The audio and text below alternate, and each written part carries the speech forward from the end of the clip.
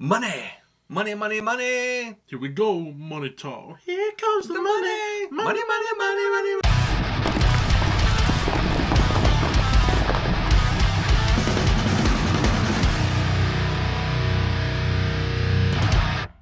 Welcome to another episode from Takedowns to Breakdowns with A&P, and today we're here to talk about money. Money, money, money. Here we go, money talk. Here comes the money. Money, money, money, money, money. No, we're not going to talk about we're not going to talk about WWE and how Vince McMahon was taking shits on people's heads for orgasms. So anyways, we're not here to talk about that, but we're here to talk about the most expensive music video in the history of metal or heavy music. Do you know what video that is? No. Rollin', Limp Bizkit. $3 million they paid for that video. Can you believe that?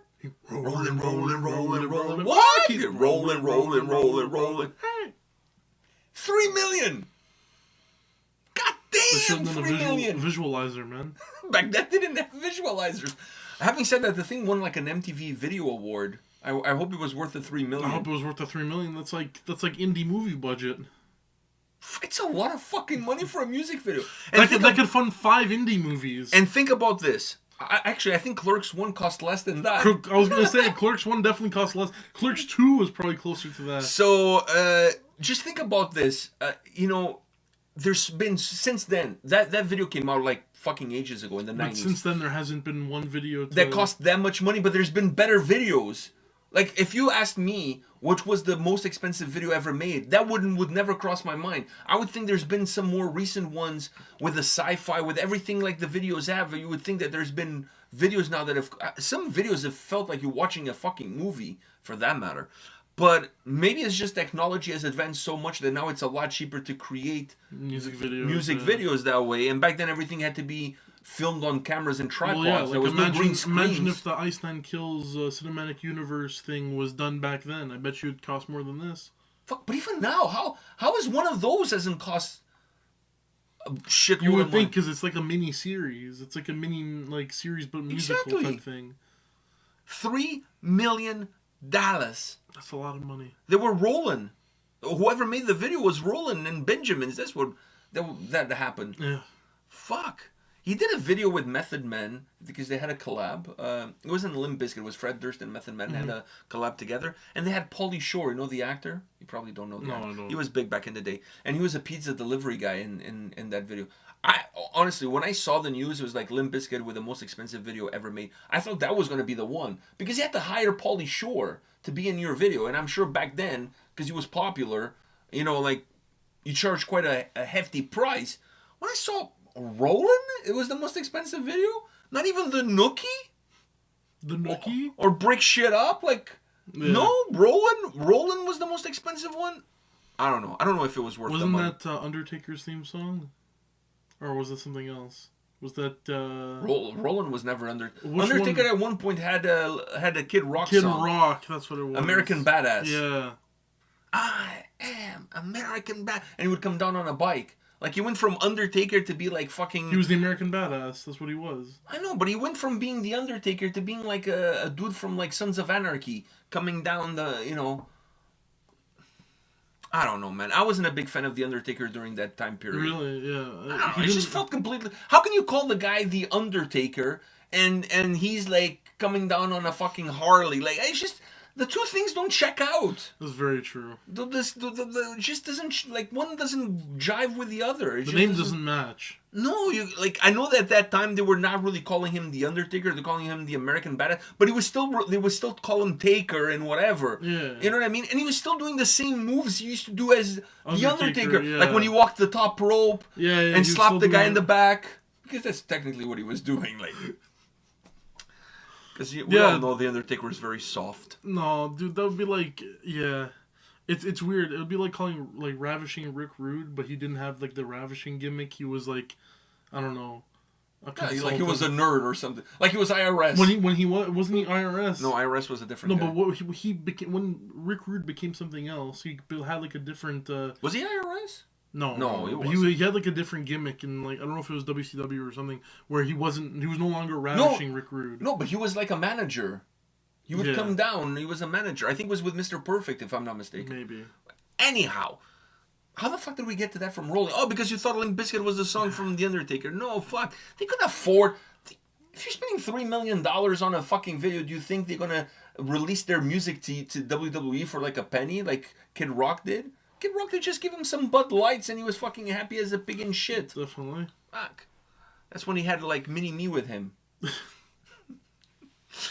had fucking Mini-Me with him. Anyways. Those were the days, my friend. Those were the fucking days. Imagine now having a Mini-Me in your band. That shit wouldn't fly now. That shit wouldn't fly.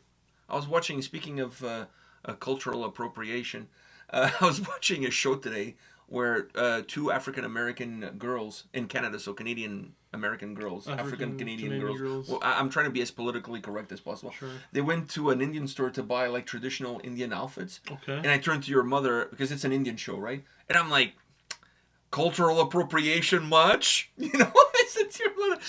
And then like 5 seconds in, they're like, my great-grandmother was half Indian. Like, oh, all right. Okay. Like, you know, like I'm 2% Norwegian. You don't see me like raping and pillaging villages. You know but what Norwegians I mean? don't do that now. But they did that then. So that's like great-grandmother is like twice removed. Like, fuck. Like, true, that is. That's I'm technically more Norwegian than they are Indian. Yeah. Like, what the fuck? It's like the Seinfeld episode where the guy became Jewish so he could tell Jewish jokes. Like, they bring the great-grandmother who's twice removed Indian. It was like I had Indian food once. I can buy this outfit. Like, what the fuck? Anyhow, it's we're always funny. Sidetracked. No, but that stuff's always very funny because in high school, a friend of mine braided my hair, and then someone didn't like the braids and said I was culturally appropriating stuff with the braids in my hair. And then I'm like, hey, Vikings were used to wear braids. Yeah, but I'm not a Viking, am I?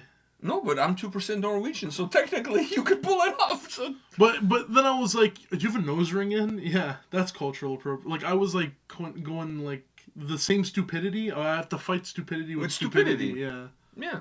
It's not cultural appropriation. It's cultural appreciation. No, it's appropriation if you're doing like for money. Yeah, and if you're doing it to like make fun of them. No, if you're making that's just being racist. At that point, you're just being racist. If you're taking somebody else's culture, claiming it as your own in order to profit from it, that to me is cultural. That should be the definition of cultural appropriation. Is you taking somebody else's culture, presented it as your own, and make money off of that. You know what I mean? If you dig wearing kimonos or whatever the fuck those things are called. You know what I mean? Like Steven Seagal likes to wear the Japanese, whatever that thing is. Like, the guy is like a martial artist. Like, he bows down to the culture. He's not appropriating. Like, he's immersing himself in the it. Culture, yeah. It's completely different. Like, it's like when bands not from certain parts of the country have music that's based on a different part. Like, when North American bands do Viking stuff, they're not cultural appropriation. No, they're making money off it, but they're making, so it kind of falls into your line there. Yeah, you know what? Maybe I have to reconsider this. I have to talk to the boys from Nether Realm. I was gonna say, but they call themselves the Redneck Vikings. So, my thing is that, and you all know that the Vikings also came to North America before Christopher Columbus. But my thing is, there's also a form of art. So it's different. I think that's different. It's a form of art. Yeah, I don't think you can put borders on that. They're not claiming. Next thing you know, you're going to say that a painter can only paint landscapes from the country that he's from. Like, you cannot do a landscape from another country that you're cultural appropriating. You need to check out that. So I need to revise my definition of cultural appropriation. Yeah. I always found that cultural appropriation, like when the Brits went to Egypt. Broad. It's very broad. But when the Brits went to Egypt and they discovered King Tut, and then they took all the fucking artifacts back, that is cultural appropriation. You're appropriating somebody else's culture and then taking it to your own country. Like, to me, that total, like, that is the definition. I don't know. But then they were cursed. It's very broad thing, so I just don't say anything about it. I think it's ridiculous, anyways. You know what's more ridiculous than that? Roland costing $3 million. Now. Another story that I thought was really interesting, and I want to run this by you. There's a Houston band called Martyrdom. They're a black metal band, right? So at a show, apparently they have a shtick, and their shtick is at shows, they throw like a head of a pig, like a real pig. Like, they don't kill the pig there. They already take the pig's head. They do a vatain, yeah. And they just throw the pig's head in the audience, right? So they did that at a show recently, and then they got an incredible amount of backlash over it. So then they apologized to all the vegans and Muslims that were in attendance for throwing a pig's head into the audience. So the question I have for you is, what's worse, throwing the pig's head into the audience as a black metal band, or being completely soft about it and then apologizing to the vegans and the Muslims in the crowd? That's totally not black metal, let me just tell you that. That's like burning a church and then apologizing to the Christians. You know what I'm saying? Like, having second thoughts about it. They were like doing 𝗙𝗡𝗙, but then they took it to a whole new level. Dude, I think it's super soft. Like, if you're gonna do... Okay, well, if that's gonna be your gimmick, fucking own it. Own it. Yeah, listen. Own it. Just own it. This is let me give my little take and then you can continue. I have two takes in this. One, you shouldn't even be doing that. Throwing the thing in the crowd, you shouldn't even be doing that because you can have it on a stick and on the stage or something. Yeah, and whatever, or you can pass it into the crowd and like on the stick, and people can like give it back to you, kind of like how when you throw like a bouncy ball and it makes its way back. It's a weird thing to do, but okay. but all right, it's cool. Passing the pig's head on the left hand side. Yeah. Like fuck. But, like, I wouldn't do it. But whatever. If that's your shtick, hey, I mean, they got into the news with it, so it's a cool shtick, I guess. No, but they got into the news not because they threw the head. Because they bitched out. Yeah, exactly. If you're going to do it, fucking own it, man. I mean, don't bitch out and be like, we're sorry, we won't do it again, and then do it the next show. Like, come on, guys. Just own it. Like, you're already black metal band. Controversy is perfect for black metal bands, especially if you're doing something very black metal. Exactly. Just stick with it. Why the fuck are you apologizing? Now, I don't give a shit about this band. I don't give a shit about this band. Even if you make good music, I don't give a shit about you because you're bitches in my opinion. Like, you're soft. Eyes, you're soft. You're 𝗙𝗥𝗢𝗠 soft. Yeah, like that's just bad. That's just bad for business. That's just bad, man. That was like that band where the chick peed on the guy on stage. Remember, like a couple of years back at the festival? And then she came and she apologized because she said it wasn't done on purpose, was an accident. It wasn't an accident. You like laid down the guy and you squatted and you took a piss. And you got massive publicity. Like, nobody remembers that band now. No, because she apologized and they didn't do it again.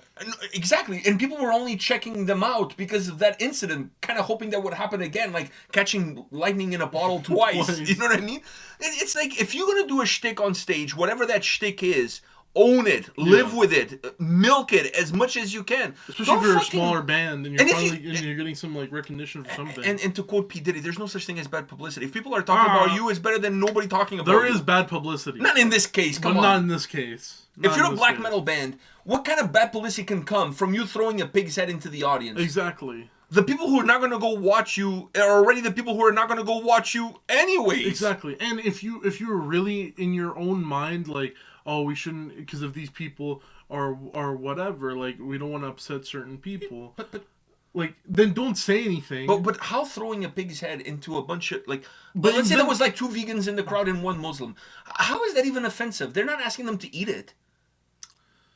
Yeah, but I don't know. I think for the vegans it's seeing a dead animal, and for the Muslim because it's a dirty animal, right? They're a fucking black metal show. They've never been to 𝗙𝗡𝗙𝗙? Like, are you kidding me? It's a dirty animal. I don't know. I think but you gotta put this in the context that it's a black metal show. Yeah, true.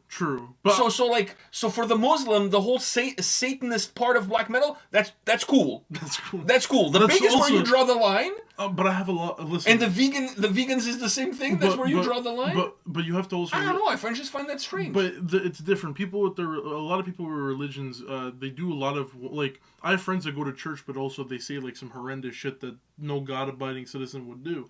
Or I have Trump country. I have Muslim friends who eat like lamb skewers? No, but I'm sure they do. Lamb is okay. Lamb is okay. No, but lamb. But like they drink at parties, or they'll have. That's not haram though. Exactly, or they'll have like gelatin candies or whatever. I thought you were gonna say homosexual sex. They'll have no. That's also not haram. I don't know if I have. Anyways, yeah. So like.